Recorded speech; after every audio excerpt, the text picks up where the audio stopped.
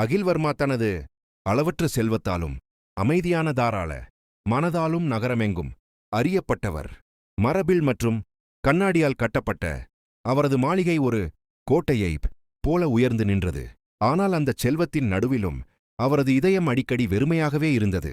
பணம் அவருக்கு வசதியையும் அதிகாரத்தையும் மரியாதையையும் அளித்தது, பல மனமைதியை அல்ல.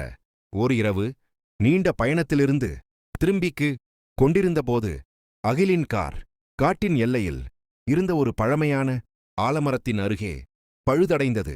நிலவொளி இலைகளுக்கிடையில் சீந்த காற்று திடீரென குளிர்ந்தது. அப்போது நிழல்களில் இருந்து நட்சத்திரங்களைப் போல் மென்மையாக ஒளிரும் கண்களுடன் அற்புத அழகுடைய ஒரு பெண் வெளிப்பட்டாள். நான் அபிராமி என்று அவள் கூறினாள். அவளது குரல் தொலைதூர பாடலைப் போல எதிரொலித்தது. அவள் நூற்றாண்டுகளாக அந்த காட்டுடன் கட்டுப்பட்டிருந்த ஒரு யட்சினி, காடின் காவல் ஆன்மா. அகிலுக்கு எந்த பயமும் ஏற்படவில்லை. அதற்கு பதிலாக விளக்கமற்ற ஆழமான அமைதி அவனை ஆட்கொண்டது.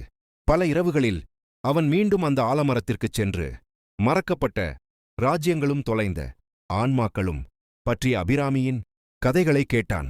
அதற்கு பதிலாக செல்வத்தின் சுவர்களுக்குள் மறைந்திருந்த தனது தனிமையை அகில் அவளிடம் பகிர்ந்தான். அபிராமி விரைவில் உணர்ந்தாள், அகிலின் கருணை அவனது செல்வத்தை விட அளவிட முடியாத செல்வம் என்று.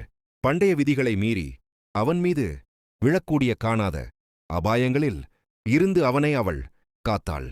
அதே நேரத்தில் பேராசையுள்ள மனிதர்களிடமிருந்து தனது புனித காட்டை காப்பாற்றுவதாக அகில் வாக்குறுதி அளித்தான். இறுதியில் அந்த காடு பாதுகாக்கப்பட்ட நிலமாக அறிவிக்கப்பட்டபோது அபிராமி புன்னகைத்தாள். அவளது உருவம் மெதுவாக நிலவொளியில் கரையத் தொடங்கியது. நீ என்னை விடுவித்தாய் என்று அவள் மென்மையாகச் சொன்னாள்.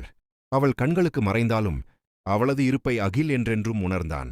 உலகங்களைத் தாண்டிய காதல்தான் மிகப்பெரிய செல்வம் என்பதற்கான சான்றாக